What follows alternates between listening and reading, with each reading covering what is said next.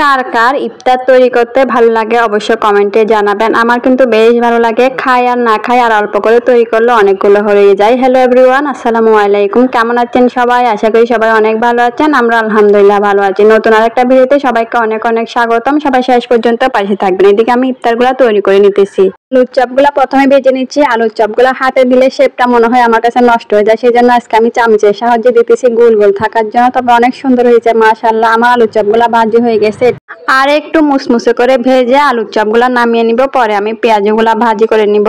রমজানের মাস হচ্ছে রহমতের মাস। রোজাগুলো আসছে দেখতে দেখতে আজকে 17 রমজান কিভাবে যেন চলেই যাচ্ছে, মানে টেরই পাওয়া যাচ্ছে না, আর কোনো ক্লান্তি নাই। এবার রোজাগুলো আলহামদুলিল্লাহ কোনো কিছুতে শান্তি লাগতেছে না, না পানির পিপাসা লাগতেছে, না গরম। এখন একটু হালকা গরম পড়তেছে, কিন্তু আগে যেগুলা গেছে ওগুলাতে একটু খারাপ লাগে নাই।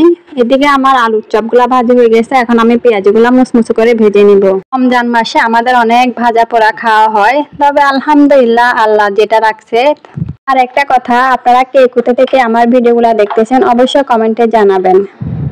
এদিকে আমার পেঁয়াজগুলা ভাজি হয়ে গেছে, এখন আমি চনা বুটটা ভাজি করে নিব। আর একটা কথা, আপনাদের কি ঈদের শপিং হয়ে গেছে? আমি কিন্তু এখনো মার্কেটে যাই নাই। কেন বলেন তো? আগে যে এক্সাইটমেন্ট কাজ করতো এখন কিন্তু সেটা আর কাজ করে না। আগে এই ঈদ ঘিরে কত স্বপ্ন ছিল, কি নিব, কি পরবো, কিভাবে সাজবো, কিন্তু এখন আর ওগুলা কিছুই মনে হয় না। এখন সে রান্না করে সময় চলে যায়, আর বাচ্চা যেহেতু আছে ওকেও সময় দিতে হয়। এখন এই বাচ্চা সংসার এগুলা নিয়ে আমাদের জীবন, তাই না?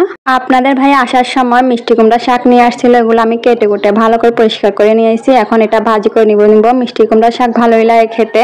শাক পছন্দ করে না এমন মানুষ খুবই কম। আমারও পছন্দ, আপনাদের ভাইয়ারও পছন্দ। আজকে মাছ মাংস কিছুই রান্না করব না, আজকে হচ্ছে ভিন্ন ভিন্ন কিছু রান্না করার চেষ্টা করেছি, যেমন শাক, তারপর হচ্ছে একটু টমেটো দিয়ে ডাল রান্না করেছি, আর একটা ডিমের তরকারি রান্না করব। এটা আমি মোবাইলে দেখছি অনেকে এভাবে রান্না করে, সেজন্য আজকে আমিও ট্রাই করলাম। আলহামদুলিল্লাহ খেতে ভালোই লাগে। এদিকে আমি টমেটো গুলা ভালো করে ঘুটে নিয়েছি, তারপরে আমি এটা ছেঁকে নিয়েছি, শুধু টমেটোর পানিটা নিয়ে নিলাম। এইদিকে আমার পেঁয়াজগুলা ভালো করে কষানো হয়ে গেছে, সবগুলা মশলাও দিয়ে দিয়েছি, তেলটা উঠে আসছে। এখন একটু পানি দিয়ে নিব।